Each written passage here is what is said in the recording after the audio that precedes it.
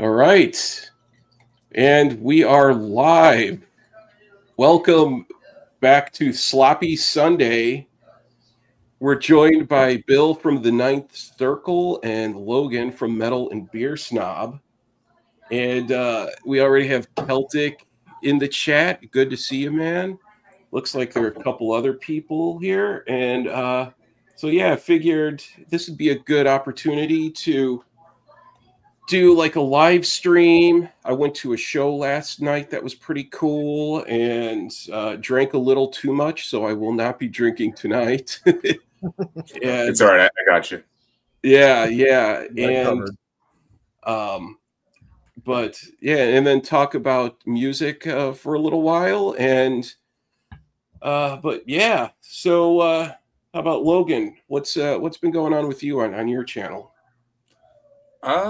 Been just trying to keep at it, like, get at least a video or two up once a week would be the ideal world, but probably once or twice a month is about the average. So working on setting up the next one. Outside of that, been doing the Heavy Metallurgy Wednesday night streams for the album club, which has been a blast. We're doing Creator Pleasure to Kill this Wednesday on the Heavy Metallurgy channel. So nice. Been good. Yeah, oh, sorry. Go ahead. Oh no, what were you going to say? I was going to say I wanted to give you kudos for recommending that Integrity record because I love Integrity so much. One of my favorite bands ever. You know. So. Yep, we did Those Who Fear Tomorrow. Yeah. This past Wednesday. That was a good one. Yeah. Thanks, Bill. I am also a big fan of Humanity is the Devil and Systems Overload. Oh yeah, both excellent. All three of them. Those three albums are just awesome stuff. And all right, cool. And then Bill, what's been going on with you?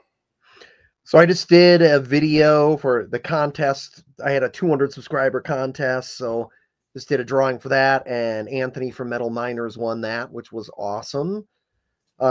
Yeah, I'm just planning. I mean, much like you, Logan. I ideally want to get one video out a month or two, but it's more like if I'm lucky, I get one out. Like, I mean, I think the other one, the contest video, would have been 2 months, prior to me doing the drawing for it and stuff. So I don't know. Yeah, so I'm kind of planning my next one. I'm, not going to give anything away yet because I don't want to get anybody's hopes up, and then it's 2 months from now before it shows up.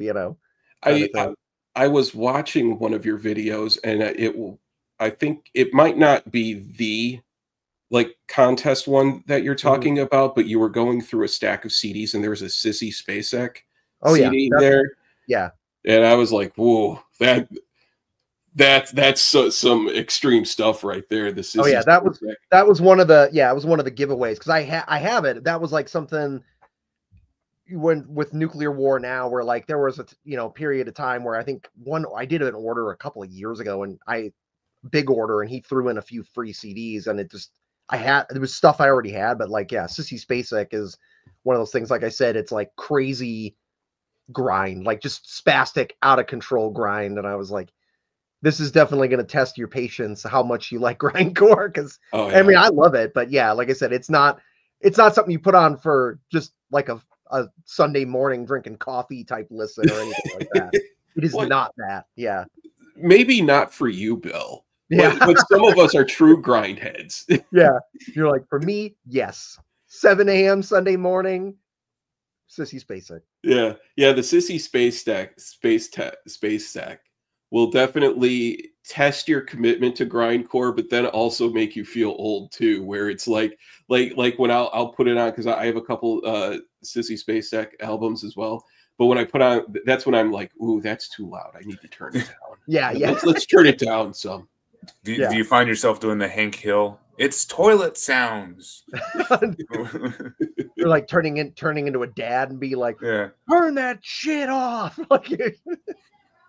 Right, exactly. All right, cool. So for tonight's theme, I had an idea, and I figured it would be great to talk about bands from Chicago. As the people in the chat who are watching, who know me personally, know that I moved to Chicago from the East Coast 2-ish years, a year and a half, 2-ish years ago.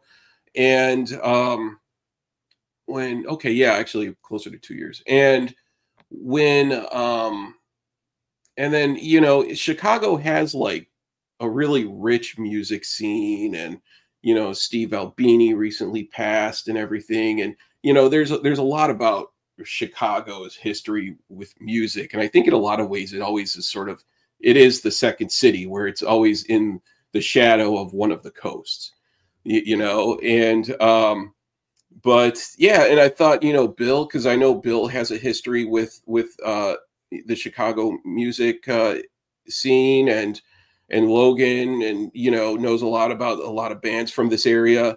Maybe not from Chicago, but they are Chicago adjacent at least. So that's a qualifier, is that they can at least be from this, within the boundaries of the state of Illinois. Yeah. But I think too, there's probably a lot more burbs core in a lot of the bands that we show, because there's a lot more weight, like when in a band's bio, there's a lot more weight to it when it says like Chicago based sludge noise band, instead of saying something like Rolling Meadows Heights based sludge noise band, you know, or yeah, Oakbrook Terrace noise grind project, you know, so it's the same thing with like doing comedy and stuff. Like you know, like I lived in New York for a while, and you know, when you're in New York, you don't say like, oh, I'm from Brooklyn, I'm from Queens. You say what neighborhood you're from, you live in, you know. Yeah. But then to the outsiders, you say, I'm from Brooklyn, whatever, you know. And so there are a lot of bands where, you know, there's fluff about where they're from. That they're not, you know, they're not living in some artist's loft in like a dark alley or something. You know, they're in the suburbs, and you know, going to Costco on the weekends and stuff like that. But personally, I would like to see more bands kind of like flaunt the whole burbs relationship and bring in like the Oakbrook Terrace noise grind. You know, shout out their hometown. Yeah, exactly. Like Arlington Heights black metal from the darkest depths of the Costco parking lot. Yeah, yeah, exactly. That would be great. And then like they're doing like their pose, like they're looking angry and pissed off, but in the background there's like a strip mall with like a dry cleaner and you know, like a Culver's and yeah, Panda Express. There's like a Panda Express like right there. Right, yeah.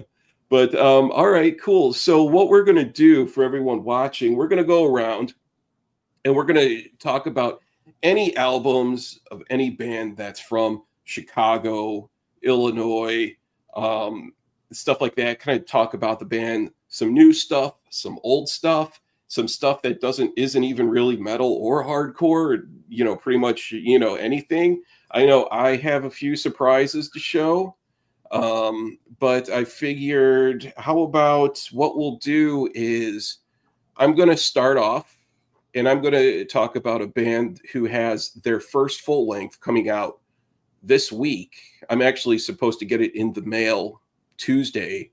And it's a band that so far they've had a couple tapes out of just EPs and a demo. And it's a band called Primal Code. Let me see here. Let me get...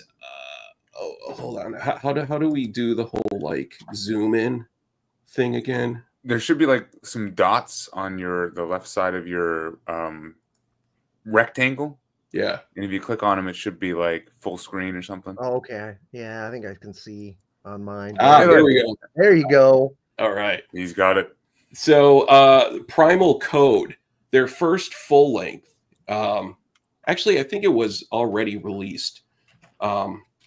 Now, I think this coming Friday is when it released, but my package from Relapse will be arriving Tuesday of this week. And Primal Code, it's like a dude or two from Indian Really good stuff. I'm really excited about this. The tapes so far that I've listened to, mid-tempo death metal with some really cool effects on the vocals, like really, really kind of guttural, but with this like unique sort of like effect on the vocal tracks that really sound different.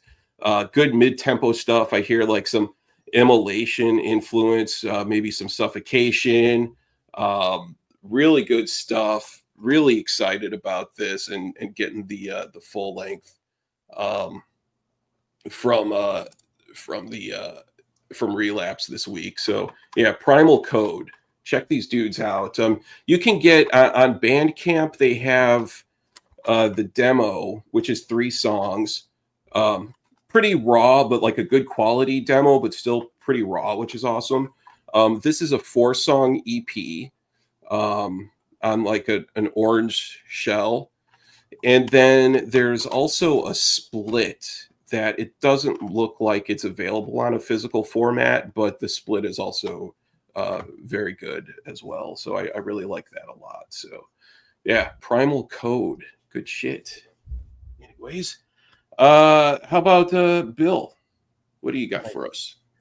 I kind of arranged everything chronologically here because I'm that much of a nerd. So I was going to say pretty much the first Chicago metal band of real note here, of course, that everybody knows, Trouble. 1978 they start. Yeah. You know, and of course, this is the first album, originally self-titled, later retitled Psalm 9. You know, Christian doom, man. I mean, and it's always, you know, I mean, I always growing up, you know, I really was not into Christian bands or anything at all. But this band was always like got a pass for me when I was younger because just Eric Wagner's like his struggles with drugs and like he really like in his lyrics that mournfulness and like misery and just it really kind of transcended the, you know, the religious elements of it. But you know, this was, I didn't get into it obviously right when it came out because probably when this came out I don't know, I was maybe 11 or 12 when this came out. But by the end of high school I heard this and was hooked on Trouble. Rest in peace Eric Wagner too. So right, gone too soon. Now Trouble, because I've never listened to a whole lot of Trouble. Of course I've listened to that album and what's self-titled? Yeah, aka Psalm 9 as they later renamed it. Yeah, and I remember, were they always a Christian band or did they become a Christian band? That's a good question. I mean, I kind of always assumed, but maybe by the time I heard about them, I think they always were, because you look at some of the song titles on this first album, The Tempter, the first song, The Fall of Lucifer, Revelation, Life or Death. So I mean, I think those themes were always there, but I think maybe they weren't quite as upfront about it when they first started. I think, which is why they eventually kind of retitled the first album Psalm 9 in later reissues. Trying to, I'd imagine at that time, because Christian music, just from my experience of being a crate digger for records over the years, whenever you find Christian records, there are always some weird like church recordings of like a church choir from like, you know, you've always seen those at the Goodwill, like the stack of church records from the 60s and 70s. Like back then they used to just record everything to tape and you know, so like some Baptist church band or something like that. Yeah, like Pastor Williams, blah blah blah band, that kind of thing. Yeah. Right. Yeah. And then trying to kind of incorporate that topic into your music, but also being a hard rock band was pretty unique, you know, for the time. Yeah, most definitely. I mean, you can hear obviously the heavy Sabbath influence, but also I think you can hear in those early Trouble records a fair amount of Judas Priest and stuff too. Like it's kind of a hybrid of the two styles and just really great riffs and catchy songs. Yeah. I always like the most pissed off songs on that one, like "Bastards You're Gonna Pay" and what is it? Assassin. Yeah, the fast songs are the rippers. Yeah, great track and great album overall, and a great band with an incredible discography too. Now, because I think on Heavy Metallurgy, they just did a deep dive recently of Trouble, I think, or they talked about. I think, yeah, pretty sure. I can't really remember, but that album was on Album Club about a month or so ago. Yeah, not that long ago. They did do a deep dive with one of the writers from Metal Maniacs, Sue Verica. That was Sue Verica. Yeah. So yeah, they're well liked over there. Okay. Trouble Heart. For good reason. For good reason. Yep. All right, cool. Logan, what do you got for us? Well, I'm a little embarrassed, honestly. I thought we were doing a Chicago deep dive and ranking. Oh, so I fucked up. I was about ready to pull my least favorite, but you know, let me see what else I got around here. Hey, you know what? There's no shame in the Peter Cetera stuff. No shame at all. No. I always like the inside of this one. Of the gatefold. Yeah. Cops. No idea what I'm looking at, honestly, but I'll take it. Keystone Cops. That's what it looks like. But I did kind of want to introduce just my first exposure to Chicago music. Truthfully, it probably was this band. There we go. I got my Chicago. Oh, there we go. Let's. This is the greatest hits volume 1. This is one of those CDs that belong in every suburbs person's collection, just like Rumors by Fleetwood Mac. You know. Oh yeah. Yeah. Anyway, gotta have it. Yeah. Part of the job. What were you going to say, Logan? So my first exposure to music from Chicago probably was Chicago. But truthfully, for like loud rock music, it was Smashing Pumpkins. So and of course when I first heard this, back in high school or whatever, I assumed for at least a couple years that these guys were from Washington. That Seattle grunge sound. I just assumed that's where they were from, but nope. Chicago, Illinois. This is probably my favorite of their output.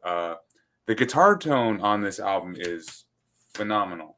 Like it really is not that intense of an album, but because of just how the guitars are played and there's a lot of weight to them, these songs sound a lot heavier than kind of they actually are. I mean, like Quiet, Hummer, and Mayonnaise, especially. So definitely had to mention the guitar tone that Billy Corgan got on this one, Siamese Dream. So love some Smashing Pumpkins for sure, and definitely my first exposure to music coming from Chicago. And I will say, I've actually never been. So while you two are actually born and raised and have tons of memories, I'm definitely from the outside looking in and just being an appreciator of the music that came from there, because it really is a very diverse scene. Like there's not one sound to Chicago. There's all these different bands that sound very unique from many different decades. So it's a cool music city for sure that kind of defies expectations. Very true. I mean, you got a lot of the blues history there too, which is a huge part of the city as well. I mean, you could do a whole episode just talking about Chicago blues stuff too. Yeah. Blues and industrial. Oh yeah, wax tracks and all that, and house music, like all the house music stuff of the late 80s and 90s. Like that was a huge scene there too. Oh yeah, Chicago house definitely, and industrial. And you know what? While we're at it, on the topic of industrial, I'm going to show off. First of all, I'm wearing my Ministry Psalm 69 t-shirt that I've had since high school, and it still fits me. It's the Brockham Group. Back in those days, it was like Blue Grape or Brockham Group, and this is a Brockham one. But then I also have here my original CD of Psalm 69. This is one of those albums where I realized that metal and industrial could be the same thing. You know, I had never heard anything like this before. I mean, Al Jurgensen, love him or hate him, he just did some really incredible stuff of like making industrial music, dance music, just really heavy and, you know, at times. I mean, I remember the song for the video for Jesus Built My Hot Rod. And I don't even think that song actually has real lyrics. I think it's just him mumbling nonsense. But but still, just when I heard it at the time and then the video, I was like, holy shit, this is awesome stuff. And this you know, this stuff really kind of took me in that direction of like industrial, you know, music, where before I was pretty much just metal and hard rock, but this helped really kind of like introduce me to industrial. But then to also add to that, over the years, I've really become a fan of like the really early the synth sympathy, the synth stuff. So yeah, this is a really good album. So I remember hearing rumors that Al Jurgensen at some point was so embarrassed by this that he threw the master tapes like into a river or something. But I'm sure maybe he did, who knows, but if he did do that, he's probably regretting it nowadays with the vinyl resurgence and everything. Yeah. But yeah, so Ministry, there's no denying the impact Ministry have had on music for sure. But and then also I've always liked this one a lot too. 12-inch singles, a lot of the like synthy type of stuff on here. Just a really good comp of like B-sides and, you know, demos and things like that. So this is definitely a really good comp to have. Yeah, that one is great. Wax Tracks, I mean, yeah, like the whole Wax Trax scene of the 80s and early 90s is a huge part of Chicago as well. I mean, because internationally, I mean, they had so many international bands like KMFDM were on there for a long time. And that was kind of I think I heard Naive maybe even before I heard, or probably about the same times I heard The Mind is a Terrible Thing to Taste, you know, which, you know, and then obviously My Life with the Thrill Kill Cult, who were also another Chicago band, and early on were very industrial and kind of, you know, kind of evolved into being kind of a more campy kind of disco electronic dance band. But Frontline Assembly were on there.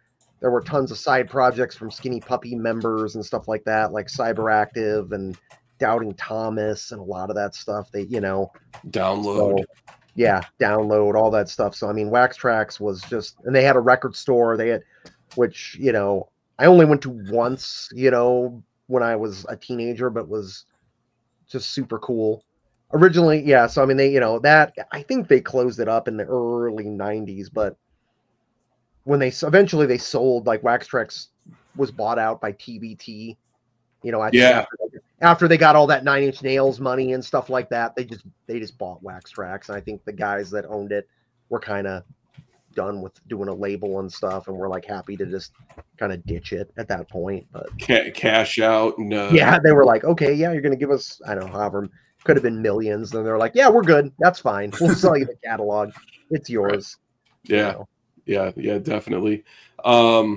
Yeah, cool stuff. And what's interesting is actually Front 242 are playing here at the Metro Theater.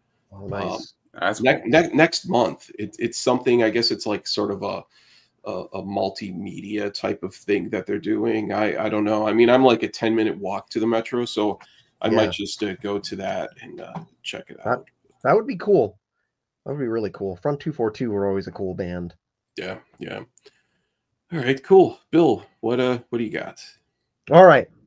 Again, in that chronological order here, another early 80s Chicago band. We'll talk about Snow White here, actually. This was a female-fronted metal band here that they did a couple albums. So the first one, this is like a collection on Metal Mind of like all their stuff. It has both their albums and like a live record that they put out here. I'll get that face there. So, you know, kind of more kind of speed metal, basically. The second record, the one that's called Kick 'Em When They're Down, their 1988 record, actually had Debbie Gunn of Sentinel Beast was the vocalist on that one after the original vocalist left. And I think after she went back to Sentinel Beast, they called it quits. But if you, like I said, a really good kind of, like I said, it kind of would be somewhat reminiscent of like a lot of like the German speed metal stuff too that was happening in the 80s, but kind of more of an American take on it. You know, I don't know why. I think they originally called Snow White, and I think that was just because that was just too generic of a name. They just changed it to Snow White for some reason. But not a lot of people, you know, not a lot of people talk about these guys. Yeah. You know, Alan, the name didn't help. The name did not help. Snow White is like, and you got the, you know, you got the umlaut and everything over there. You know, kind of a very 80s thing to do, kind of, you know, stealing that kind of idea from Motorhead and stuff like that. But an underrated band that I think not a lot of people talk about. That'd be something like I know Alan, you know, would know Snow White and probably is a fan. It's definitely in that kind of wheelhouse there. Their album covers. I could see Jurgen being into them as well, maybe. Okay, so their album covers are rough too. Yeah, if I remember correctly. Yeah. Well, exactly. That's one of them. If you look at the other one up here, it's just like a red and white kind of divided thing there, and you're like, yeah, you're looking at that on a record. It's in a record bin. That tells you nothing. You know, nothing. It's definitely not metal. At least, no, it does not look. It does not look metal. I mean, you're like, it could be anything. It could be new wave. It could be, you know, a dance record. Who knows? But it's just something German where, you know, it's like, you know, something like just like some guy just playing a drum machine, or it could be like a Kraftwerk ripoff band. I mean, it kind of has that same sort of design aesthetic to it, but but a really good band if you're, you know, into that kind of speed metal, trad metal stuff of the early 80s. Just kind of largely forgotten though, because of shitty band name and shitty album covers equals obscurity. So you know what, I'm starting to develop or rediscover shitty album artwork.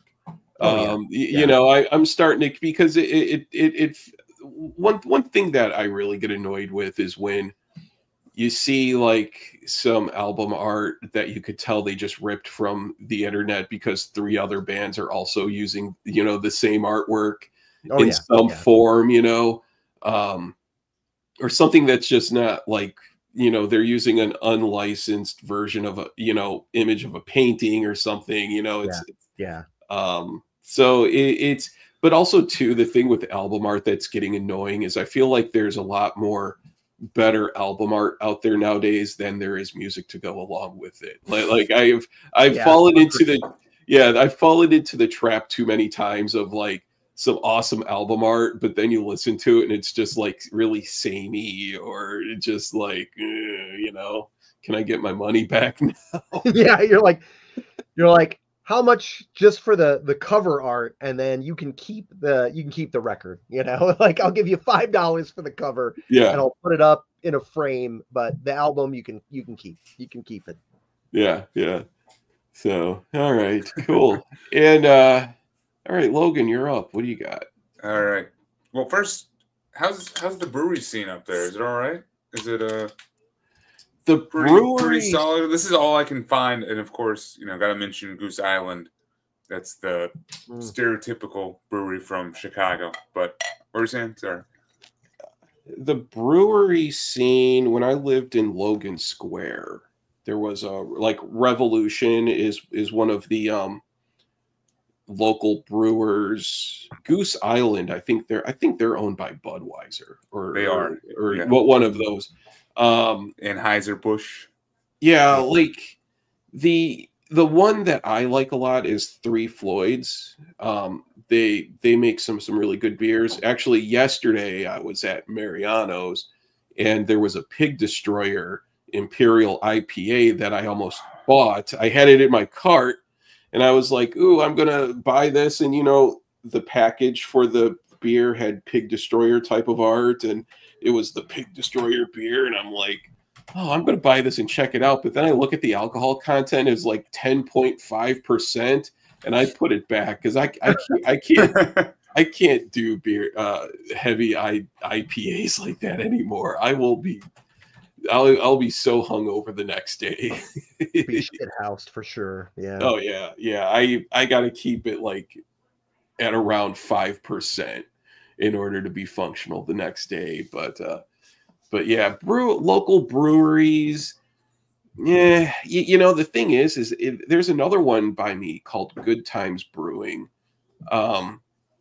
It's just so expensive to go out. You know, it's you go out for a pint and you're paying $8 for the pint, and plus tip. You know, I mean, it ends up just being too expensive. So I really haven't been. I've been to the Revolution a few times, and you know, I like to go and sit at the bar, you know, get a burger, a couple beers, you know, like once in a while. But other than that, I definitely don't go. I don't go. It's like $60 to do that nowadays. Yeah. Like what we used to do in Charlotte, you know, like kind of just bouncing around between breweries and bars. I just don't do that anymore here. But yeah, so that's my take on the whole brewery scene. One last one to mention. This is Brian sent me this. Wake Brewing is in Illinois. I don't know where in Illinois, but they are definitely a legit metal brewery for sure. They their slogan is "Drop out of life, beer in hand." So yeah, Wake, they have like a metal show, like a 2-day metal thing, I think once a year or so, and they're like an hour west of the city, I think. Trying to remember the suburb. Hopefully Brian pops in to educate us, but yeah. Okay, yeah. Three Floyd's Gumball Head is like one of my go-tos, so I really like that beer a lot. Thank you, Brian. Rock Island, Illinois. Oh yeah, Rock Island's way out there near Iowa. Yeah. Quad Cities area, yeah. So all right, cool. For music, sorry. Yeah. Yeah. Pelican would probably be one of my first like heavier bands to actually dive in from Chicago. Post metal, and the first album from them that I heard was "The Fire in Our Throats Beckons the Thaw." But this is their debut EP, and just recently got this one. It's awesome. It's definitely them at their heaviest and probably more straightforward, less ambitious songwriting, just like the heavy riffs. But I've always loved Pelican, so I think definitely a good representative of the diversity of Chicago, because I don't really know what other like true post metal bands kind of came out of Chicago. I guess you got Minsk, but yeah, Minsk. Haven't thought about them in a long time. Yeah, I have that Minsk album with the 3 wolves heads on it. I got it. I bought it when Relapse was having a sale on all of their black vinyl. So of course, you know, I jump in and I stock up on all the black vinyl because, you know, I figure, all right, yeah, you know, the colored vinyl garbage, whatever. But it's a young man's game. Yeah, right. That's a whippersnappers kind of collection right there. But yeah. All right, cool. Pelican. I didn't remember that I have one of their albums, but I've never really listened to them that much. But I didn't know that they were from Chicago. If you got time for post metal, you know, carve out an hour. Yeah. Like you might fall asleep, but it's worth the risk. All right, cool. All right, so I am going to. Here's one that I have. This album, I've had this CD for ages, and this is Master, the unreleased 1985 album. Oh yeah. This one and there's a weird history like with this album, where Master apparently there are different versions of this, and I think what this is this is the original first album where I guess they were signed to Combat, but then Combat dropped them for whatever reason. So this is why it's called the unreleased album, because this is what Combat was supposed to put out. But then there's another version of this album out that's called like the Triggered Mix or something. I think they re-recorded it and it sounded I mean, I've heard it. It's on Apple Music and stuff, and it's not as good. But this one, it's dirty and it's really more crusty sounding. Oh yeah. You know, I mean, for the time again, you know, mid '80s, I don't think crust was an actual term. No. I mean, you know, there were those bands, you know, but they didn't call crust back then. Yeah, I think the Brits, because like Deviated Instinct, they called themselves stenchcore around that time, you know, but because they were dirty squatters and they just didn't bathe or change clothes, so that was kind of the term for it back then, was stenchcore. Yeah, and but this is really good one. It's dirty, it's crusty, it's definitely heavy, and it's a shitty recording, which maybe that's why Combat didn't release the album. I don't know, but I really like this one a lot. I'm preparing for this stream. I'm glad that I dusted this one off and listened to it again, because it's a really good album. I've never really listened to Master a whole lot, but yeah, I like that album a lot too. Yeah. Yeah, well, that leads into my next pick, because of course I had to talk about Paul. You had to talk about Paul Speckman, of course, being big Chicago metal guy. Yeah. So he had Death Strike was his, you know, that band, and then he had Master, and then he also had this band, Abomination. This was kind of a death thrash band. The first album here, 1990. This is a self-titled. You can see there he is right there. There's Mr. Speckman himself, and of course also he plays bass and vocals on this, and you know, this is, like I said, this is a little better produced than like the Master and Death Strike stuff of the time.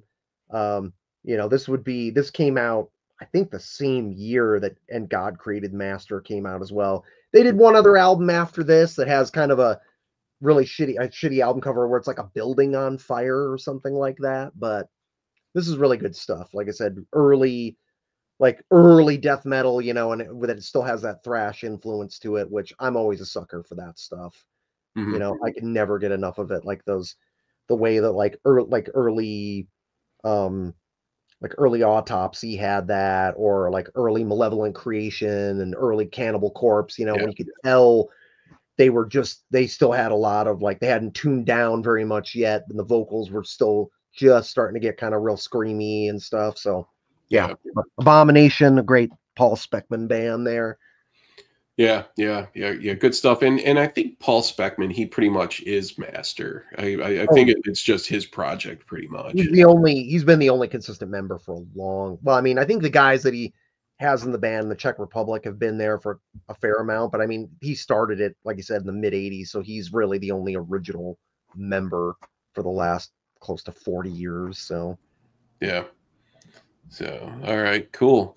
It's always, you know, like coming up from, you know, living here, then 85, you know, that's at the height of, like, you know, being a Chicagoan was like, you know, the thing. Oh yeah. You know, the Bears and Ditka and all of that, and Polish Sausage and you know, I could have Pride. Yeah, I could see like Paul Speckman maybe in you know, the rehearsal in the studio, getting a Giordano's pizza delivered, and you know, like yeah. But getting some Portillo's Italian beef while they big meatball sub. What, they're like just chowing down on a meatball sub in between takes or whatever. Yeah, I feel like it would have to be. Definitely. Oh man. All right, Logan, you're up. What do you got? All right. So transitioning to more angry, pissed off music. I don't know. There definitely seems to be a lot of like really intense angry bands in Chicago. You already mentioned this band, Chris, but got to mention Indian. Yeah.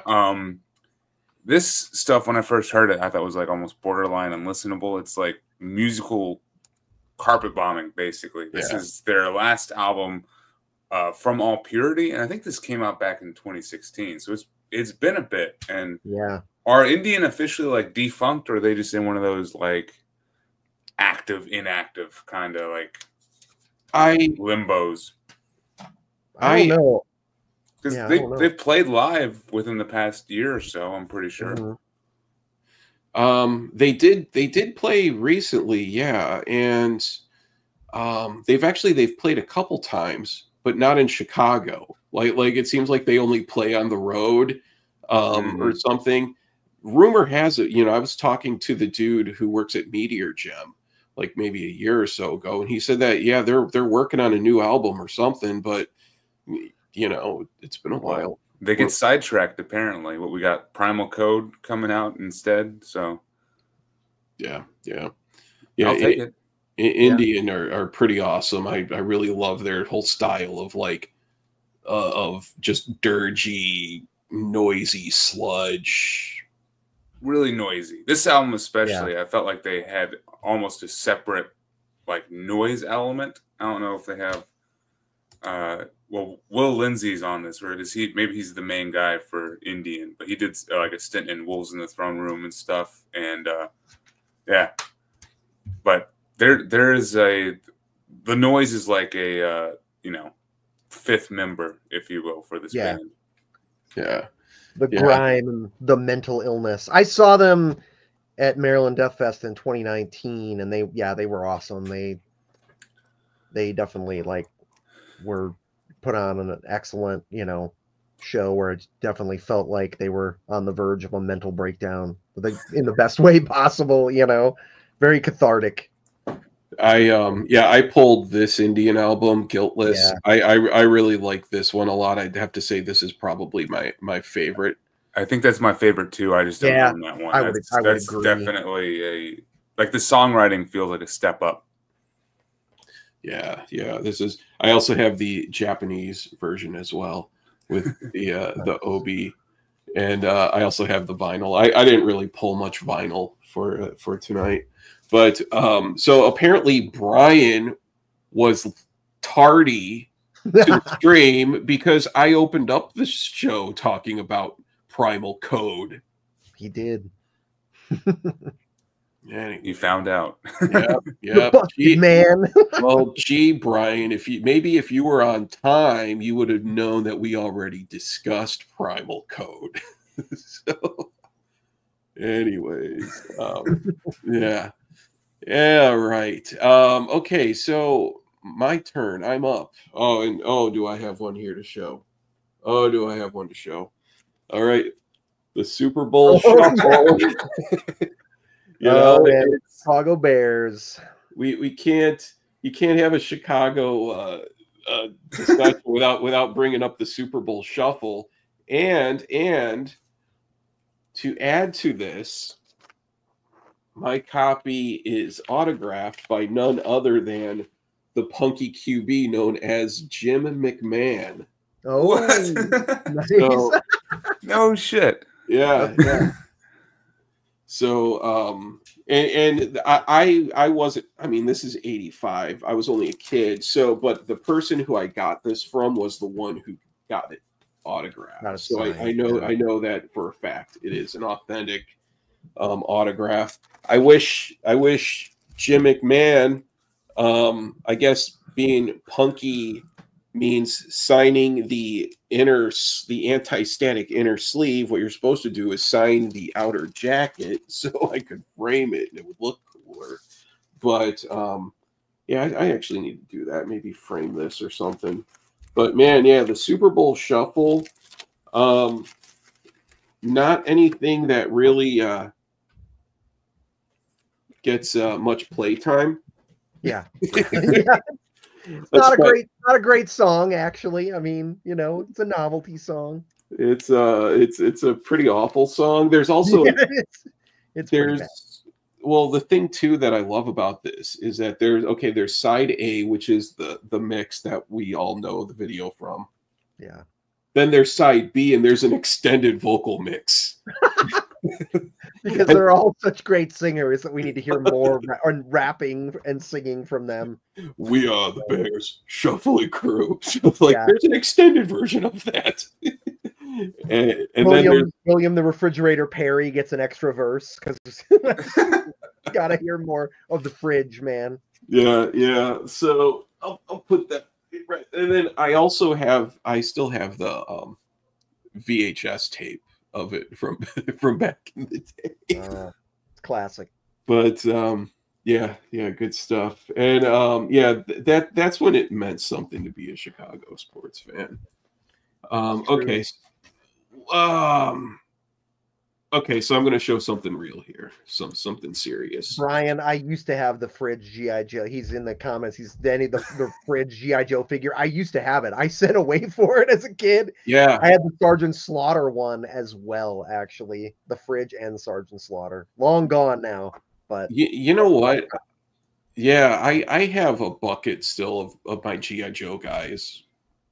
And I think I still have the fridge because that was the one where he had that weird thing. It looked like a hammer, but had a football on it. Yeah, it was like a mace, but it was like a metal football on the end of it. Like it was so ridiculous, trying to make it like a weapon that ties into what he actually does for a living.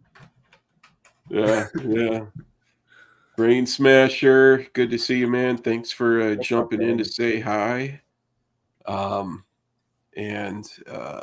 Okay, cool. So yeah, Super Bowl show. Okay, now I'm going to show something serious.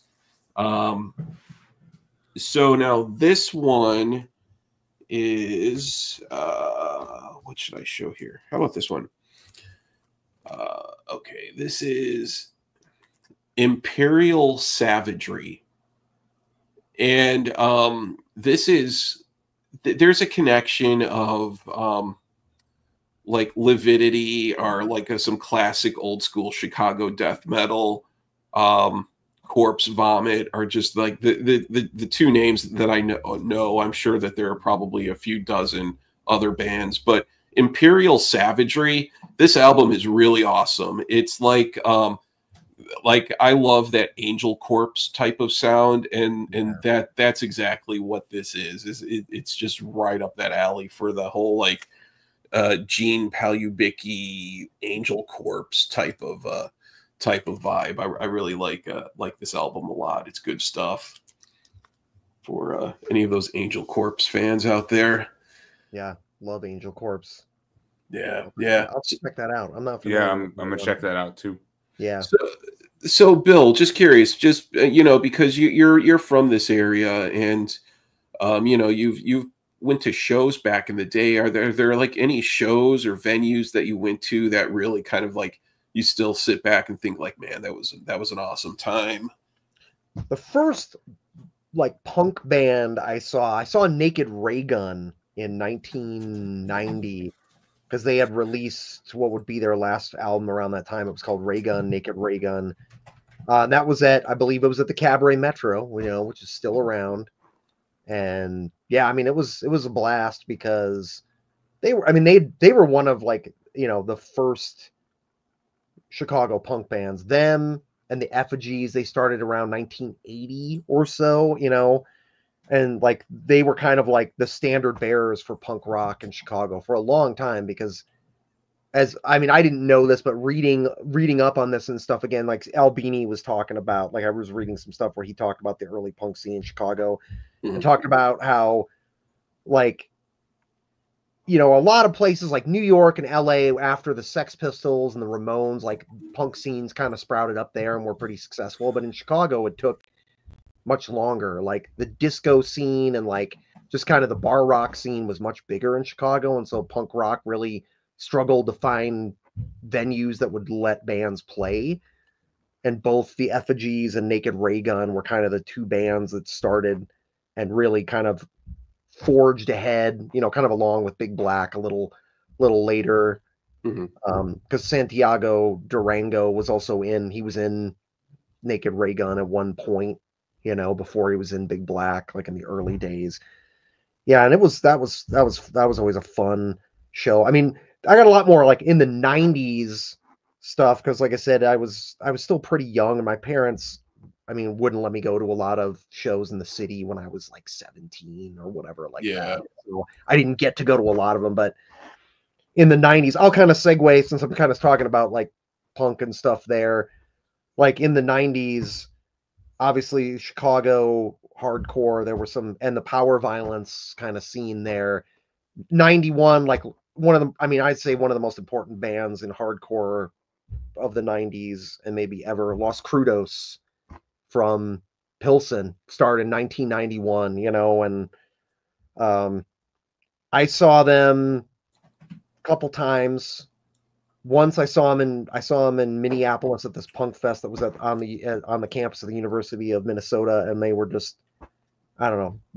Martine is just such a powerful front person. And then I saw him at the Fireside Bowl, which was a classic punk venue, just this old bowling alley that used to put on shows all throughout the '90s.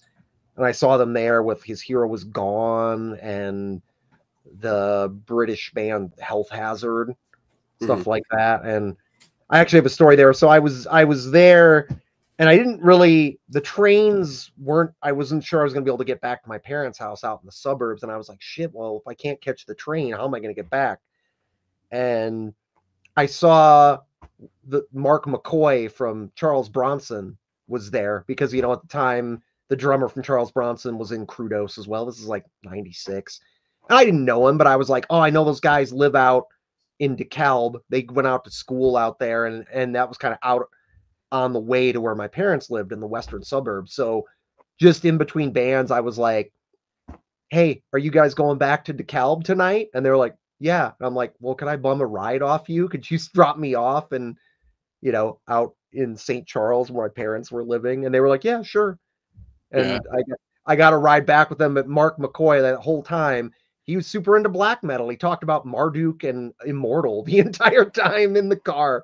Like he was obsessed with both Marduk and Immortal, you know? Yeah. Yeah. And I mean, you know, which I thought was super cool. Cause I mean, at that point, I only knew a little black metal stuff. I mean, I hadn't listened to a ton of black metal in '96. I was more like a death metal guy.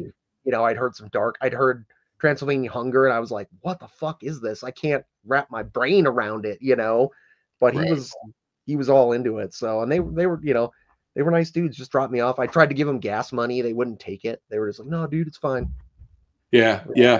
Just a random gamut. I was like, hey, I know who that guy is, and I know they live kind of on the way, so maybe they'll give me a ride home. And they did. So this is, you were talking about Los Crudos.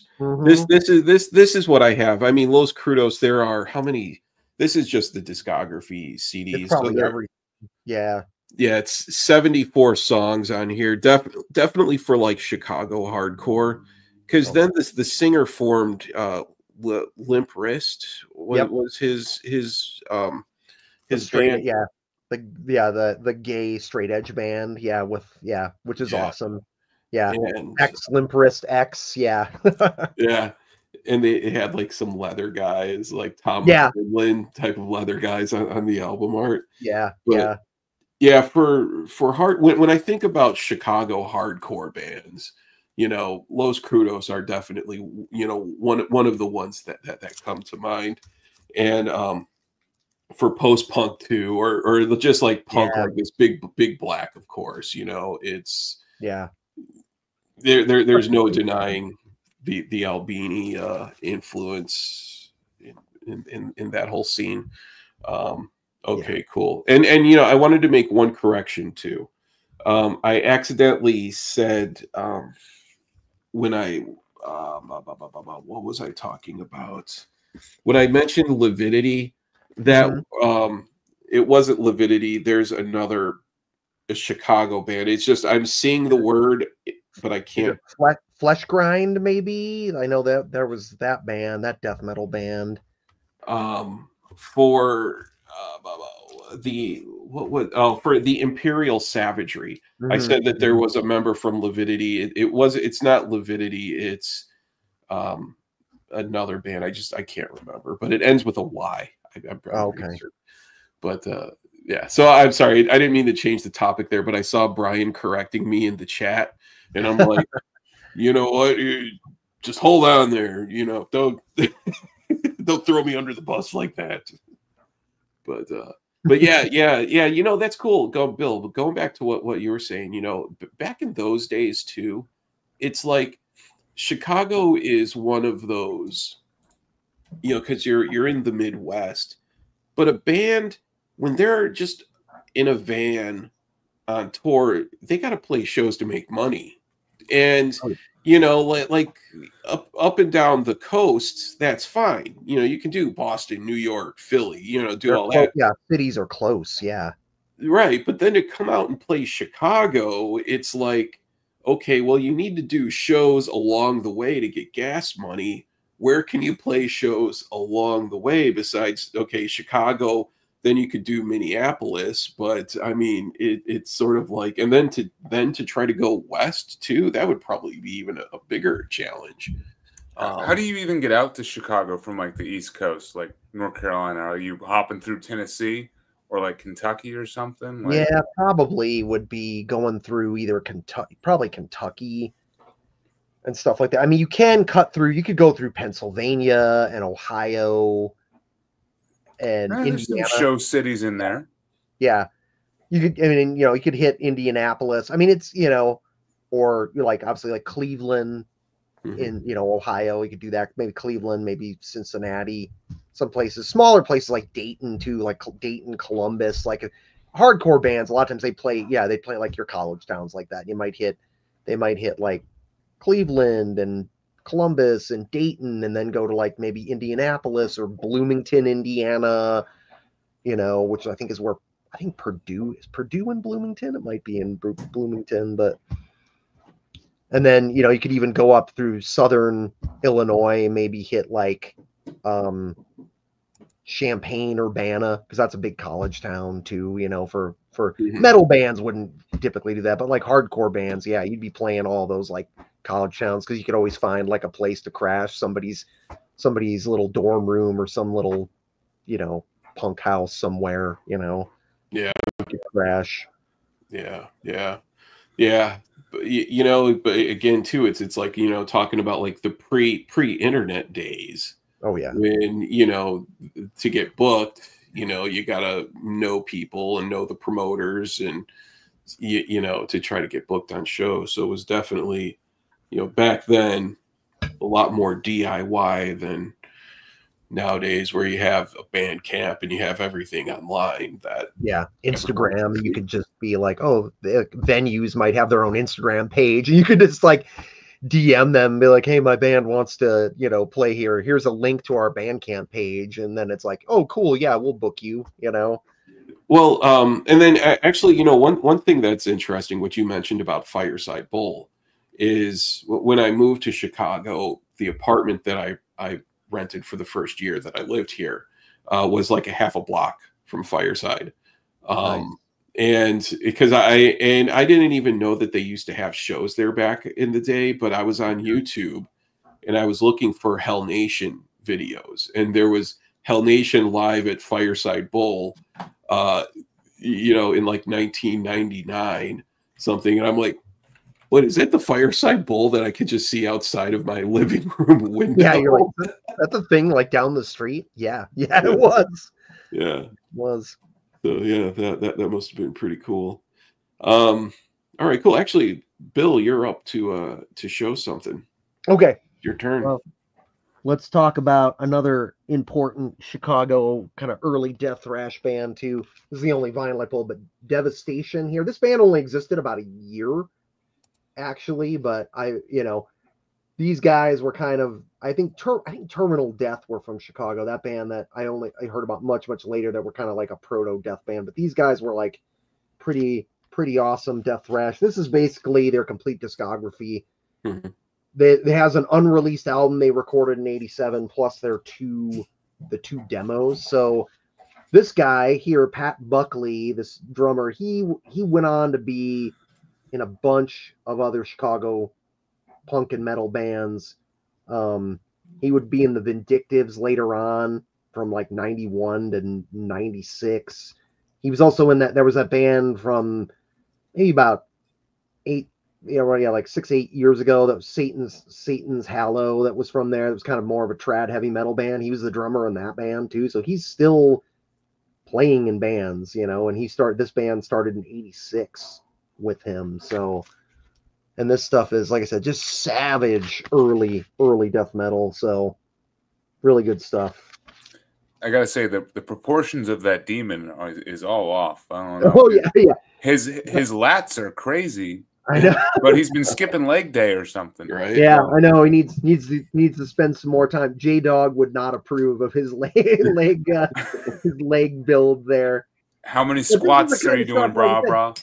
Yeah, this is like that classic shitty, like, where it's like probably a band member did it, or like a fan did the art for this, and I still love that because it's just so indicative of the era of like 80s early death metal stuff. Like, I mean, you look at like the early Death demos or Mantis demos, and it's all the artwork's like that. It's just kind of like crude and juvenile and just perfect for what all those bands sound like, just perfect. The album art, that the album art is something that you would have seen drawn inside of a notebook, or carved into a desk at school, like the logo. Yeah, it would be like that kid, the kids were all out back smoking cigarettes behind the school, and they'd be like, hey man, let me show you my art book. And that's the kind of stuff it'd be filled with, like demons and aliens and D&D characters and shit like that. And somebody'd be like, yeah, cool, let's use that for our demo cover, like that's what it is. For a pack of cigarettes. Yeah. Gold. I'll trade you that for a pack of Marlboro Reds. All right, cool. All right, so Devastation. All right, Logan, you're up. All right. Don't know if I can top the 12-foot demon with no legs, but who can? Exactly. On a similar style to the Indian, like that intense, like sludge. Probably my favorite band I'm showing tonight, Lord Mantis. Yeah. This is their album from 2012, Perverter, right here. Yeah. And Charlie Fell. Yes, yeah. Charlie Fell. Is he kind of an asshole? Like, what kind of a guy is he? I've always I've heard stories and stuff, but he really gets around. He's been in a lot of different projects. I saw him. Yeah, he was playing drums for Abigail Williams, and I saw him. And then he also did a stint in Cobalt too. Yeah, I knew that. Is the vocalist. But Chris, you got this one too pulled out? Yeah. This is nasty. This is dark. Yeah. Savage, like kind of unclassifiable. Is it doom? Is it sludge? Is it like some kind of extreme death black metal hybrid? It's all of the above. I mean, yeah, it is. Some phenomenal songs on here. Levia, Ritual Killer, Whipping the Body. I don't know. Underrated band. This one and the follow-up, Death Mask. Yes. Yeah. Are you covering the almost? Oh yeah. Oh. Are you covering the dong? Yeah. Censored for YouTube and more sensitive viewers. Well, I didn't cover Jesus's, or Jesus's, what Jesus has got going orifice, on. Yeah. The hentai tentacle orifice that's going on there. Well, so now Lord Mantis, I haven't listened to them in a while, but it's something about it too. Is it's almost hypnotizing at times. It just how it's a good repetition too. Yeah. It's repetitive, the noise, and because I remember Death Mask. I also have this one too. I think this was an EP. Yep, that's the nice or NTW EP, I believe. Nice. Yeah. That's a good name. Now you know why I was wondering about Charlie Fell. Yeah. Nice teeth lady who needs to start going back to church. That's what it is a Sunday. It's the Lord's Day. The Lord's Day. Yeah. All right. So, okay, cool. Lord Mantis. Good pull. So we got the Indian. We got the Lord Mantis. I was thinking of one other band too, but I don't think they're from Chicago. So I'm not going to bring them up. I don't want to sway. To get called out again. Yeah, I know. And then someone in the chat's gonna they're gonna just point and throw me under the bus and all of that. So they're all sitting there too, just waiting to get me on something. Like, oh, Mr. Know-It-All on screen, who always knows everything, got something wrong. And then I get hit with like 8 comments of everyone correcting me. But I'll do that though sometimes, and it's always some like stupid detail. I'll just, because I kind of like I'm a bit of a visual thinker in certain ways, so it's like I will visually, like, I'll just see a word but not really know what the word is, but then I'll mix that word up with a different word, and I don't know, whatever. Yeah, I do it too. All right. So I guess it's my turn to get up here. And okay, so this is going back to some classic old school death metal, and that is Broken Hope. Oh yeah, I pulled a Broken Hope too. Because you have to. I pulled this one. Because I was like, we'll pull a lesser known one. We'll pull Loathing. Yeah, you know. Okay, yeah. This is classic old school guttural death metal. A lot of weird time changes. It kind of reminds me of like that Malignancy style of death metal, you know, like but yeah, this is classic stuff. There's another one. Hold on, where is it? Oh yeah, here we are. I also got this guy right here too. So yeah, Broken Hope, classic old school Chicago, old school death metal, Chicago. Yeah. Probably really good. Really good stuff. Like I said, probably the most well-known Chicago death metal band as far as like the biggest reach, at least in those early 90s days. Like, yeah, these guys, because they were on Metal Blade for a long time. Yeah. You know, so this has got, I mean, the art on this is cool. Wes Benscotter art here, you know. Yeah. But these are actually on for now. Now these are Metal Blade, but they're also the Death subsidiary. Oh, Death Records. Yeah. That the early Cannibal Corpse, like the really early Cannibal Corpse stuff, was also on Death Records too. Yeah. And like Broken Hope, I think we're one of the, after Cannibal Corpse, one of the earliest death metal bands on Metal Blade too. Like they were within the first couple or 3 death metal bands that were ever on Metal Blade. You know, it would be interesting to kind of check that out to see, like, you know, because Metal Blade is, you know, again, one of those OG labels. I don't think there's really a whole lot that they put out nowadays that I really listen to. I not that I can think of, but it would be interesting to kind of go back and see the early roster of, you know, what they were putting out back then. So they put out that Trouble album, right? Yep, they did. Yeah.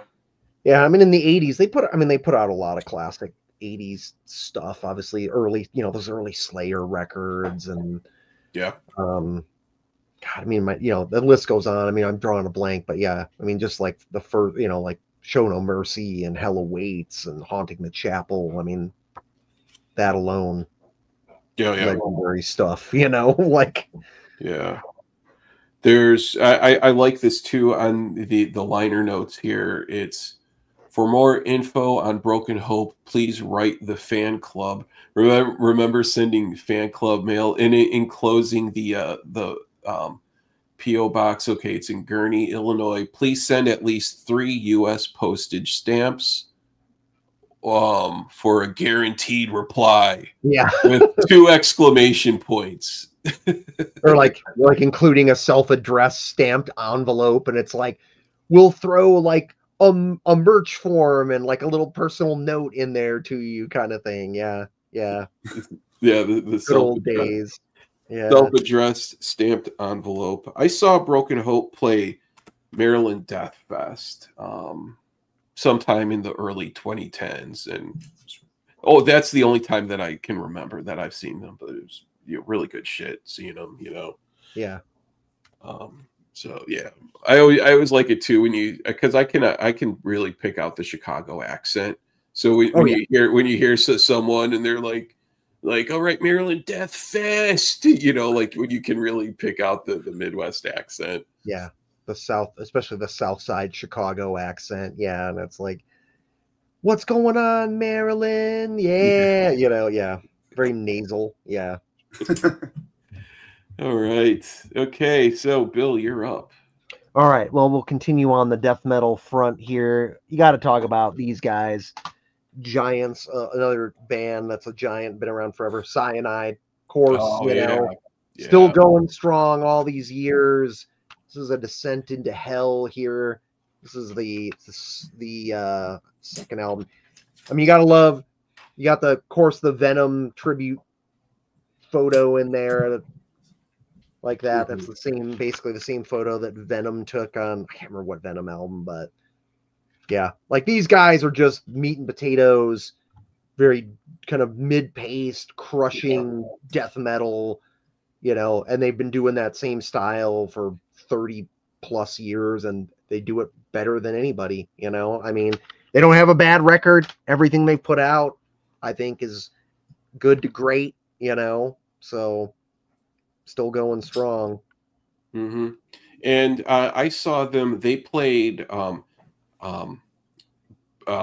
that Metal Threat fest last year. Brian was there too, and Cyanide played, and they were awesome live, like really good set. They're scene vets. I mean, they've been doing it for so long. Yeah, how could they not be good? Yeah, definitely. Cool. All right, Logan. Yeah, glad you guys are killing it with the death metal, because for some reason my stack is literally all like sludge and stoner and. Oh, it's good, because I figured you were gonna go lean heavy into that, so I was like, all right, I'm gonna try some some other stuff, because I'm like, that'll be that way. It's diverse. We mix it up. Yep, I think it's working out so far. Naturally, this is what my collection has to offer when it comes to Chicago, is just all the sludge and stoner and stuff. And this is one of those bands I first found, Atlas Moth. Oh yeah, from Chicago. Yeah, this is their second album, which came out on Profound Lore back in I want to say like 2012. An Ache for the Distance. We got a little bit of nudity there, but it's it's shaded, so I think we're okay. This is just an interesting like hodgepodge of everything, very unclassifiable. Like I kind of would use sludge as the term just to label it something, but I mean there's like harsh black metal screaming here. There's a lot of psychedelic influence on here, very post metal riffing at times. Just a unique band. And they've definitely continued to carve out a unique sound for themselves. I think they've never really broken out, truthfully, but they're always a band that I check out whenever they put something out. And I think the last album was back in 2017, maybe. But Atlas Moth. Okay, yeah, I've heard that name. I don't think that I own anything by them. But are any of the members in any other bands? Oh, let me check the Oracle real quick. One of the guitarists was in Twilight for a while. The band with that does sound right, actually. Yeah, like Neil Jameson, and of course, like Blake, good old Blake Judd, who his band might make an appearance later on here. How could they? I sold all my Blake Judd related stuff Oh for yeah, some reason, but did the you sell it for guy, drug money? Because that would be in the honor of Blake Judd. it was beer money, so I hope he's okay with that. That's good. That's better than the black tar heroin. No, you're right. The guitarist Stavros is his name, is ex-Twilight. Okay, I have the Twilight album. Yeah, and then actually the drummer Mike Mixek is in the current current version of Broken Hope and nice Earthburner and Power Mad too. Isn't Power? No, that's Minnesota. My bad. Okay. Yeah, good band though for Atlas Moth. Did they ever put out anything on Relapse? You said like that's Profound Lore. Profound Lore, yep. Profound Lore. I think that's who they've always been with. Okay. Hey, Wilson. Okay, cool. I'll have to check that out. This is the thing too. Is it's like when I was preparing for. Great, the cat just woke up from a nap. I know how that goes. Yeah, shit. Their first album was on Candlelight. Oh, okay. Preparing for this, I was just kind of going by memory of bands that I remember that I had, but then now Brian in the chat mentioned Layer of the Minotaur. I have 2 Layer of the Minotaur albums. They were both on Southern Lord, and I completely forgot about those. Okay, yeah, that's one of the ones that I have, and it was really good metal, and they were always super cheap too. Like I picked them up for like next to nothing. But I think, isn't that one called like the Great Destroyer or something? Or yes, yeah, this is the Great Destroyer. Yeah, I have that, and then there's another one that has sort of like a mask on the cover. It sort of looks like like the Motorhead style of mask or something. I have that one too, but now there's a connection because there is a satire band also from Chicago called 7,000 Dying Rats. Oh yeah. Did you know who I'm talking about? I've heard of them. Yeah. So now one of the dudes from Layer of the Minotaur also played in 7,000 Dying Rats. And I think 7,000 Dying Rats was that like a super group of just dudes from other bands just to have this like joke band? Yeah, it was kind of like noise and grind and like experimental type stuff. Yeah, I think it was made up of a bunch of different people from other bigger name bands in the Chicago area. Yeah, and then also too, like the band, they would have like a hippie in the band and like a black metal guy in the band. Like they were just not taking it serious at all. Just fun. But okay, cool. And all right, Atlas Moth. I gotta check that out. I need to listen to that too. Okay, so now here's so I'm up now. Here's one that is I've had this CD for a while, and this is like an intense listen. Like it is intense. I really like it a lot. And it's one of those ones too where it's like when you're done listening to it, you're like, all right. And this is a band called Commandant.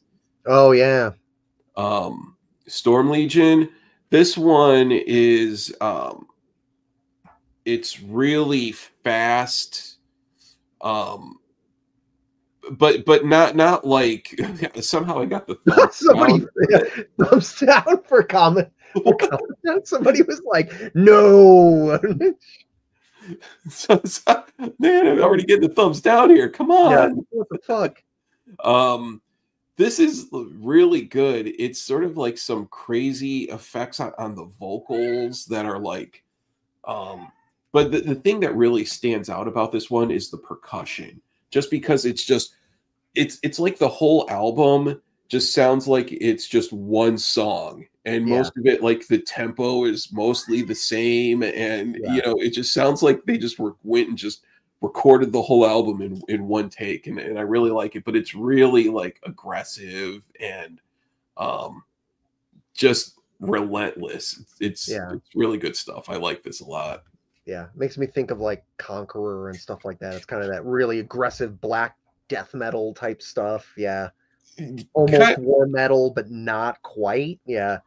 Yeah, exactly. It does have that feeling of something that's kind of like war metal, you know, and but not as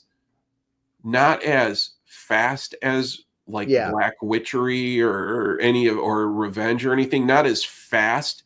This is a lot more repetitive. Yeah. But it's still heavy. It's very repetitive though, and but there are times when I really like that noisy, repetitive type of sound.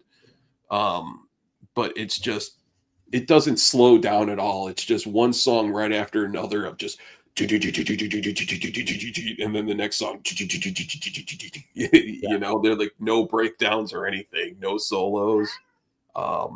And yeah, good stuff. I like it too. You don't know who's in the band here. It's just barcodes that they put in. So yeah, but, maintaining their anonymity. Yeah, they're they have some other albums out too. I don't know if I have anything else by them, but I should. I forgot to pull them. I've got some Commandant stuff, but I'm like, it's one of those things I'm pulling stuff, and then after the fact, I'm thinking of other bands. I'm like, why didn't I pull Macabre? Like, I forgot to pull Macabre. Oh. I'm like, they're from Downers Grove, Illinois. And I'm like, but I'm like, you know, it's like one of those things you're always going to miss. Like, after the fact, I'm going to remember 10 bands that I forgot to pull. But, you know, it's fine. You can't cover everything, you know. Okay, so it's Commandant. Okay, I was called it Commandant. Yeah. Okay, Commandant. And I mean, they're from Chicago, so it's not sketch. Like I don't think so. Yeah, it's. I think, let me get this. I'll grab this because this was, and I think I can't remember if I'm right, but this was a Chicago band. I think one of the people from this might be in Commandant, but this band, Forest of Impaled. These guys were around late 90s, early 2000s, kind of a Black Death band. Some of the members of this band, I think, might be in or are in Commandant, and like some of them ended up being in Knockmistium in various points, you know, like session musicians in Knockmistium. But this is a really good.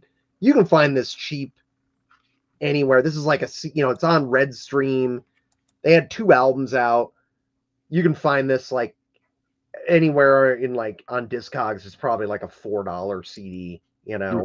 But it's good. It's good stuff. Like I said, these, you know, good Black Death stuff that spawned a bunch of different, you know, musicians went on to be in a bunch of other bigger name bands later on in the 2000s.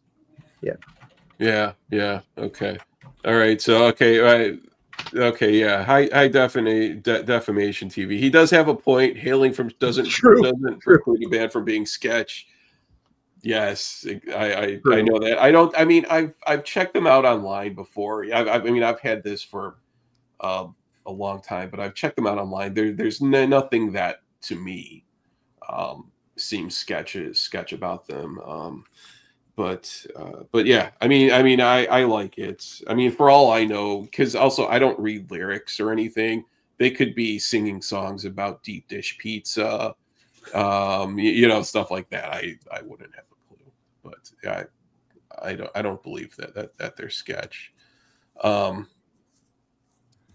all right, cool. Commandant. That was me. So Bill, you're up. All right, they're transplants, but I gotta shout them out because they've lived in Chicago a long time, and they're one of my favorite bands too. The Chasm. Yeah. You know, fucking amazing. One of the best death metal bands ever. This is probably my favorite album by them, of course, Procession to the Infraworld. I have seen the Chasm twice, both in 2019. I saw them first at Maryland Death Fest, where I had rolled my ankle right before I saw them, and I was like gimping around. Like I was in, I think I was in the Ram's Head, and it was coming into a dark, cool bar, and it was hot and sunny out, and I like stepped off a thing wrong and totally rolled my ankle, but I was like, there was no way I was missing them. So I just toughed it out and went upstairs and watched from above. And then they played in Salt Lake a few months later with Cruciamentum and Infernal Conjuration, and fuck, they were just amazing. So good. I'm so glad they put out a new album a few years ago, and Daniel's back to doing vocals again, because they were instrumental for like an album, right? Yeah. The album before that was completely instrumental, and the one before that, that Far Seeing the Paranormal Abysm, was like 75% instrumental. It only had sparse vocals here and there, but I mean, just the riffs for days, and just incredible stage presence too. And I don't know, they just have a great atmosphere, just all the kind of more esoteric, spiritual, lyrics and things like that. Just, you can't beat them. Yeah, the Chasm. Proud to say that they, call Chicago their home still. It's that reminds me too of, I have Chasm CDs that I completely just forgot to pull for tonight. It's I need to do some better planning ahead of this. I can't just sit here like 20 minutes before I hit go live and then just pick stuff out of my unorganized collection. Yeah, that's the fun. Like, what can I remember, and like give myself like half an hour to be like, okay, this band, this band, that's part of the fun. Yeah. So, okay, Illinois, Minnesota have similar scenes. Yeah, I'm sure. I mean, that's the thing, is being within the proximity of each other, because then the bands just all tour, all the the same cities. I think a lot of those kind of more industrial, like Pittsburgh, I draw a lot of parallels between Pittsburgh and Chicago too, because they have kind of a similar kind of industrial type vibe, and being in the Midwest, and have a lot of great bands that are kind of overlooked too. Everybody always talks about, obviously, like New York City, Florida's got the Floridian death metal. You got, LA and San Francisco, or like Seattle, Portland. But I mean, a lot of times, the Midwestern cities kind of people forget. They don't think as much about them, because, like you said, they are diverse. There's tons of great bands, but there's not one defining sound. I mean, that's the thing. Yeah, there isn't one defining sound. There could be. I mean, Chicago can have everything, like I said, there's Smashing Pumpkins, there's the Flying Lutenbachers, who are like weird, like noise, band, and then you've got like the Chasm and Snow White and whatever, everything. It was just a smattering of everything there. You also get Disturbed and Rise Against too. Yeah, you get Chevelle. That also get Chevelle. So you get a little bit of everything, good and bad. Chevelle were from Chicago. I think they're from, like, I didn't realize that. I think they are. I think they're from the Chicago suburbs. Now I gotta look. I'm pretty sure they are, though. If we get fact checked about Chevelle, that might be a. I'll take the hit. If I'm wrong about Chevelle, I'll gladly take the hit on that one. But there's someone waiting. I know Brian or someone's just in the chat, just waiting to keyboard warrior, just get us. Yeah, it says Grays Lake, Illinois, in 1995. There you go. So there, you are incorrect. Chevelle from Grays Lake, Illinois, not from Chicago proper. Which is like, I don't know how far it is from Chicago. It'll be like 90 minutes away, not Chicago. Well, thank God we got the Chevelle information right. Yeah, thankfully. Well, actually. Yeah. So, all right. Cool. Yeah. Okay. So, okay. So, Bill, you just showed something. Yeah. Logan, you're up. All right. Sticking with the Doom. Nice. Bong Ripper. Come on. When Brian, you better pop back in the chat now. I'm showing the Bong Ripper. This is for you, Brian. Yep. We got Terminal, which I love. I love the artwork. Someone here doesn't like artwork anymore, but this is pretty cool. I don't like album art. Oh, I hate artwork. Well, for those of you who do like artwork, this is a good one. this is Bong Ripper's last. No, actually, Bong Ripper just released a new album this year called Endless. I forgot. Great stuff, but with any Bong Ripper album, you really got to carve out some time. You gotta plan how you listen to it. Where you're at, your mental space, because there's a lot to digest. I mean, it's like an hour long, instrumental, funeral doom, stoner doom release, basically, and it takes some time for sure. So my favorite way to listen to Bong Ripper is like over the span of like a year or two. I will put the album on every couple months, and you'll get into it a little bit more each listen. So I love this one by them, and then the previous one called Miserable is awesome as well. But I think their most well-known one is Satan Worshipping Doom, that came out probably around like 2010. So yeah, had to pull Bong Ripper, probably the heaviest band I've heard from Chicago. Yeah, and then so are they one of those bands? I've heard them, I just don't know what I've heard, but where it's like a song is just like a 20-minute long, just drone, like borderline drone, type of. They have songs like that for sure, but they're a bit more than drone, but not by much. Like they're definitely simplistic and about hammering in just how heavy they are. Like they were probably one of the heaviest bands I've ever heard, honestly. So nice. They got some riffs too. They got some riffs. Yep. Okay. Cool. Mm-hmm. Right on. Okay. Bong Ripper. Okay. And good band name too. And I just found this out the other day. There's a spoof band called Dong Ripper. If anyone wants to check them out. That sounds pretty hot. Sounds like a good time. I haven't listened to them yet, but I'm sure they do rip dongs. So I bet. If I had a band like that, we would be named Fart Ripper. It's something I know plenty about. Trust me. And Logan knows exactly what I'm talking about. The time we got that hotel room about being in a hotel room with it was hot boxed. Yeah.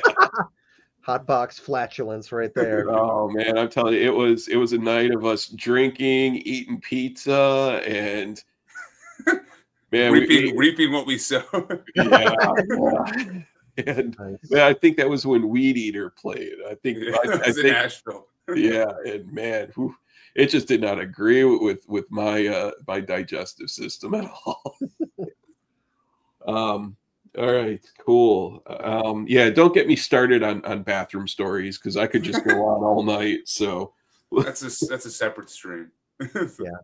All right, cool. So since we're talking about like sludge, droney type of stuff, here's one band that I really like a lot, and they're from Chicago, and they're called Ledge. I've heard of them. Yeah, and so I think, as far as I know, that they only have these 2 full lengths out, and then this is actually some dudes from Weekend Nachos, but this is more of like sludgy, but with like sort of that like hardcore edge to a lot of the songs. It's good stuff. I really like Ledge a lot. And then what I actually really like is this split 12-inch that they did with Disrotted. And then Disrotted is okay, yeah, they're another Chicago sludge band, but they're more borderline drone.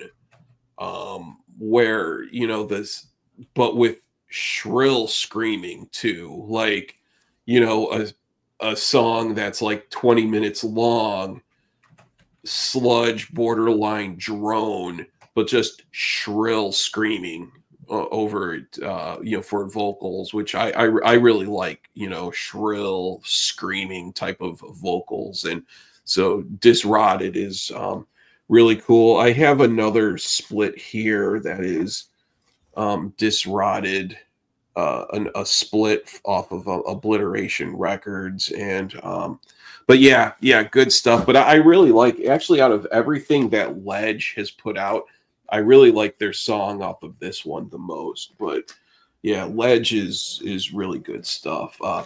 Cold Hard Concrete is this album, and you could tell he's standing on a ledge. And then right here, this one is All I Hope For. I think it's the singer from Weekend Nachos. I think this is it. This is his band. Nice. But yeah, good stuff. I like Ledge a lot. There's a couple Weekend Nachos side projects. Like they have one called Stomach, too. Yeah, you know what? I've been meaning to check them out. I forgot about that. They have album came out last year called Parasite. So yeah, check out Stomach. Okay. And then also there's another one that's, I can't remember the name. It's one of those ones where I see the name, I just can't remember it. But yeah, whatever. But okay, cool. Yeah, Ledge. All right. Bill. Yeah, well, one thing I'm curious, Bill. We didn't discuss this at all. Do you have the blankie tonight? Like, is of course I do. Yeah. My wife was like, "What do you like?" I'm telling her about the stream. She's like, "What are you wearing?" And I'm like, "What do you mean? What am I wearing?" like I'm like, nobody's gonna be able to see anything below like my shoulders. Because I'm like, you know, I got home from work and I just got your like pajamas on. I've got like sweatpants. I've got, you know, and a t-shirt. She's like, "Are you gonna wear sweatpants?" I'm like, one, nobody's gonna be able to see below like my shoulders. Two, I got the blankie on, man. I could be naked from the waist down and nobody would know. I mean, and nobody would care because but you gotta have the blankie. You gotta. I mean, that's just what I'm known for. It's my signature accessory.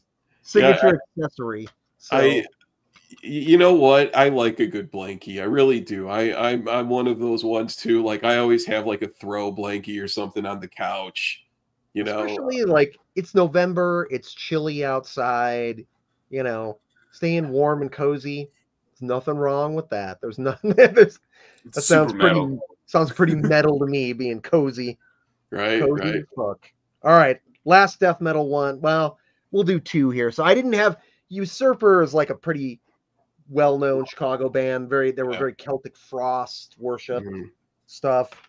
So I couldn't find my Usurper, but I did get this post Usurper project, some of the members' bones here. Yeah. This is really good, crusty death metal, very crusty and you know, good riffs, simple, straight to the point, nasty. Yeah, like John Necromancer and Carcass Chris, two of those guys were both in Usurper. This is on Planet Metal, which I believe was Chris Black from High Spirits label. I don't think he does it anymore. High Spirits also from Chicago. I didn't pull any of their stuff, but yeah. So Usurper and Bones, really good. Yeah, I have a Bones. I have a Bones album somewhere. I didn't know that there was a connection between Bones and Usurper. Yeah, it's interesting. Yeah, I really like the Usurper stuff too, and you know what? They just played here. I think they still do reunion gigs. Like they haven't put out any new music in a long time. It's probably been 16, 17 years since they put out an album, but I think they still occasionally play shows. Yeah. There was a 3-day metal fest at the Avondale Music Hall the beginning of November.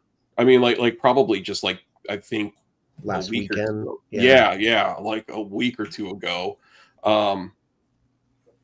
You know, so each day that, you know, there was a pretty cool lineup, and but Usurper I'm pretty sure they were one of the bands playing.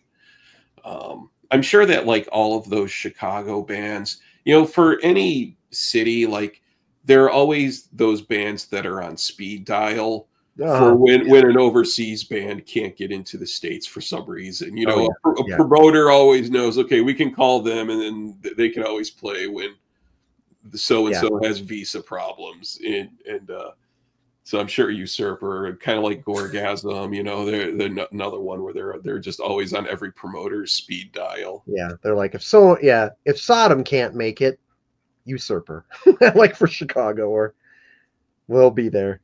Yeah, yeah. All right, cool. Okay, so we still, I'd say about 20 more minutes, and then Yeah. we'll call it a night. We have definitely some good stuff to show and some more. Okay, how about Logan? You're up. Yeah. All right. So another sludge band and album. This one is by a one and done project called Encrust, and this is their album From Birth to Soil. This is very riff heavy sludge right here. Like definitely very crusty sounding, but then definitely more metal than hardcore, I would say, with the backbone. Good stuff. I think these guys went on to do other stuff, but a very underrated band and album, I would say, because I don't really hear or have seen anyone really talk about this album.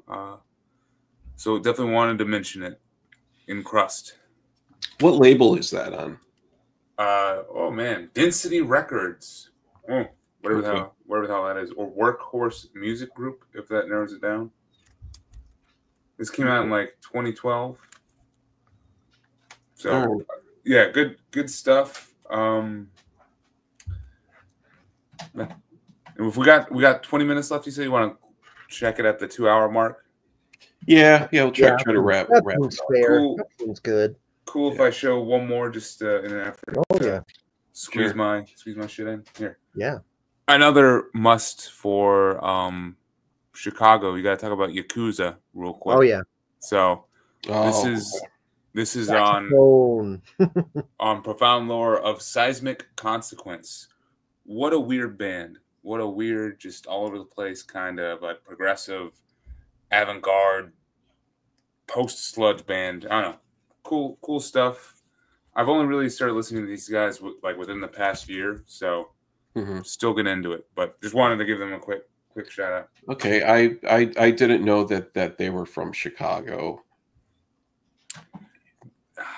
They might be. Someone might chime in and say it's from Peoria or whatever, but close enough. Close enough. Close enough. All right. Yeah, it says Chicago. Yeah. Okay. I think what's his name? Bruce Lamont. I think he's the guy that was in that band that was the saxophone player, and I think he has been in a bunch of other stuff too. I think that's his name. There's a saxophone on there. I mean, it's one of the weirdest parts, but it's used very differently. Like when you think of saxophone and metal nowadays, you get a very, polished image. But this is cool. Okay, cool, awesome. Yeah, my cat has an opinion about Yakuza, and he approves. He's down. I'm sure you've heard him. I couldn't tell if it was an approval or disapproval, but I appreciate it, Benny.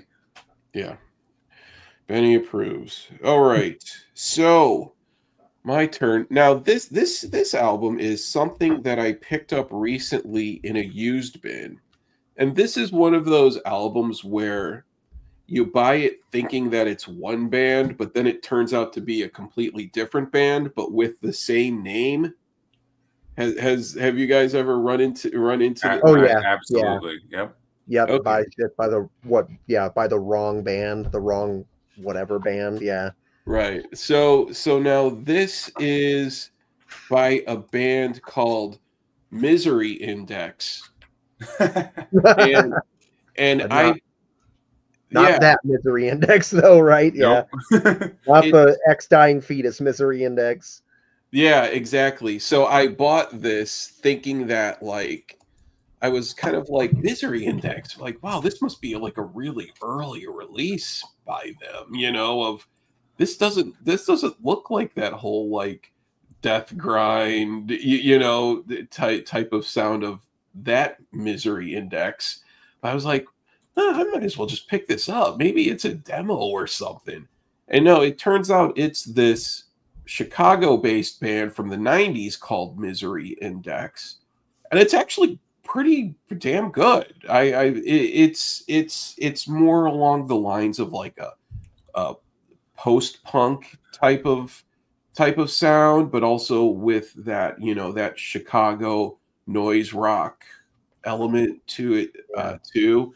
I mean, the label that it's on is but yeah, it's definitely more punk sounding. But it's pretty good. I can't read what label it's on. White Bone Demon Music. But yeah, I think this is from okay, they're from Evanston, and I want to say this is from like 1995 or something like that. Yeah, 95. But yeah, this is good stuff. I wasn't disappointed at all with the, you know, mistake thinking that it was one band, but then it turns out to be something totally different. So yeah. But yeah, Misery Index, good stuff.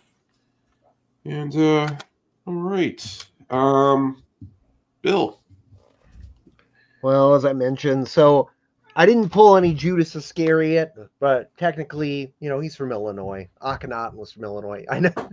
Sorry, I know, Scott. I failed. I'm like, God, how could I not pull any Macabre? What a loser! Like, but I didn't pull any Judas Iscariot because I'm like, he was a little bit more. I think he technically lived a little bit further west, you know. But of course, as you know, influenced heavily by Judas Iscariot. The best album by this guy, by this band, Knock Mystium, my favorite anyway, Instinct Decay here. So Blake Judd was from Wheaton. I mean, I don't think he lives in the Chicago area anymore. I know he was out in LA at one point. Yeah. Shilling his brand there. And I know they just put out a new album. I've heard the single and it wasn't terrible, but I mean, do I care anymore? Probably not. I think that ship has sailed. I really like this album a lot though. This was released Southern Lord and his own label Battle Command right before they signed to Century Media. So this is like 2006. I can't remember. The other two members were from another really awesome Cult of Death. I think that's who the other two members were from at that time. So, Shit.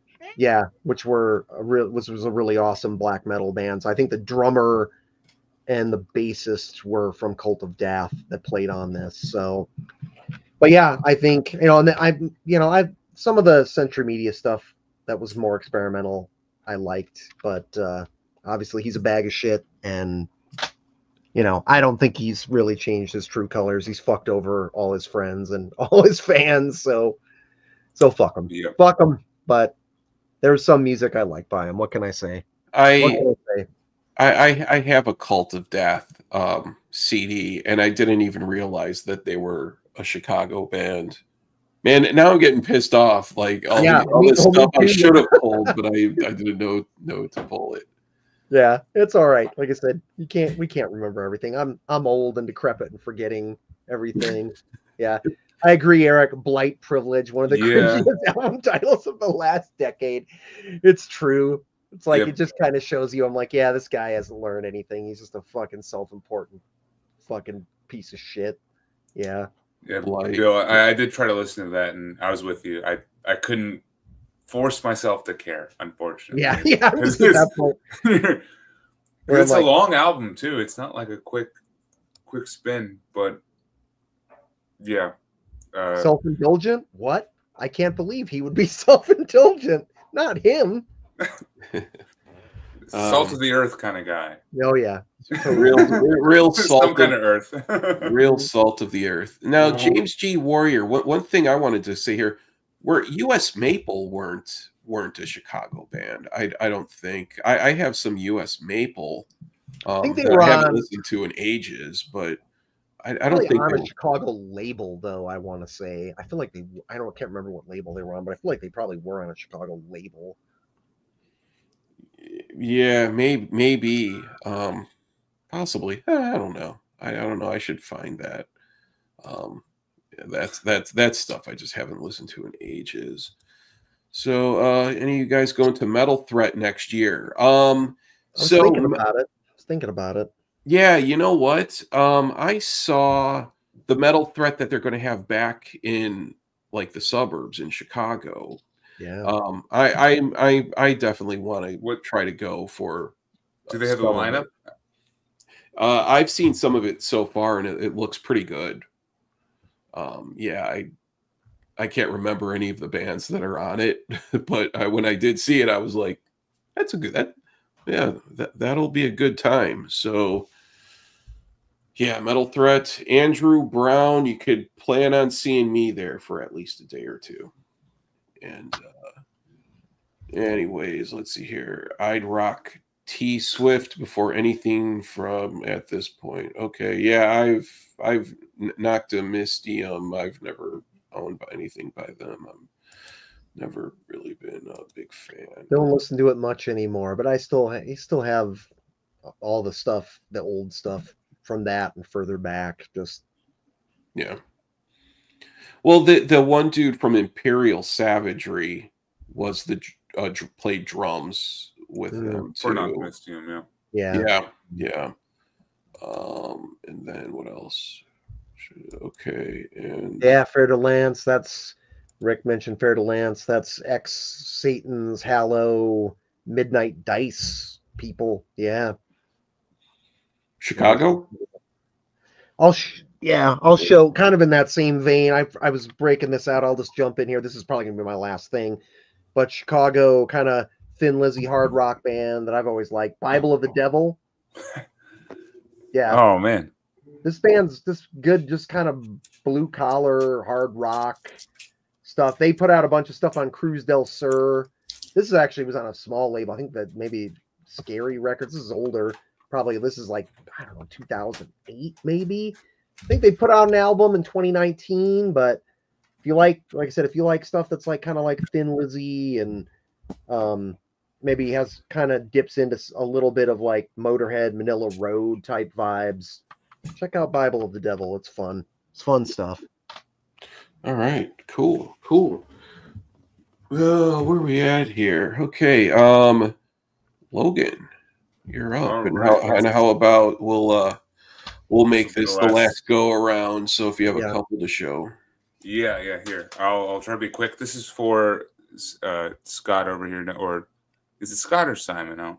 No Solution, One Macabre. Here's the only Macabre I have. It's the wrong album, I think, to own by him, but Grim Scary Tales. This is a bit. It's fun. It's a bit ridiculous. It's a bit hard to listen to at times, but it's fun. Especially, I got this in honor of the Halloween season this past year, so it was good for that for sure. And then gotta mention this band, White Cross. Yeah, we were talking about Christian metal earlier with Trouble, but this one is the more preachy, Jesus down your throat. Yeah. Didn't know that he rolled like that, but yeah, kind of style of Christian metal. I mean, we got like songs like If You Believe, Home in Heaven, Angel's Disguise, Come Unto the Light Groove. It's a fun title. Come Unto the Light Groove. I think this groove version. But yeah, White Cross. I have this one just for shits and giggles, kind of. Yeah. They're a cool band, and then I gotta mention Weekend Notches. We already talked a little bit about them and their side projects, but man, this was actually the band I ended up listening to the most in preparation for this, just because it's easy to listen to a power violence band. You just need like 20 minutes at a time, and you can, squeeze in an album here, an album there. This is their last one from 2016, Apology. So, and then real quick, since Brian's back in the chat, he sent me this Night Mother. I don't think they're from Chicago, maybe Peoria or something. But In Beautiful Sorrow another like post-metal sludge doom band, which really good stuff. This is like a 30-minute EP, kind of is one song. Definitely recommended. So, all right, cool. And you know what I was just thinking about? Okay, so Andrew Brown said right here, yeah, that's right. Destroyer 666, Horna, and Sargeist are on Metal Threat on for 2025. So that should be pretty awesome. They'll probably all cancel last minute. It seemed like last year Metal Threat, I remember like suddenly just probably half of the bands dropped off, and then they were Usurper can play. Yeah, exactly. And so okay, cool. And then oh yeah, another Weekend Nachos band, Like Rats. That's who I was trying to think of before. Yeah, like they are really good. What is that one album that they did like a year or two ago?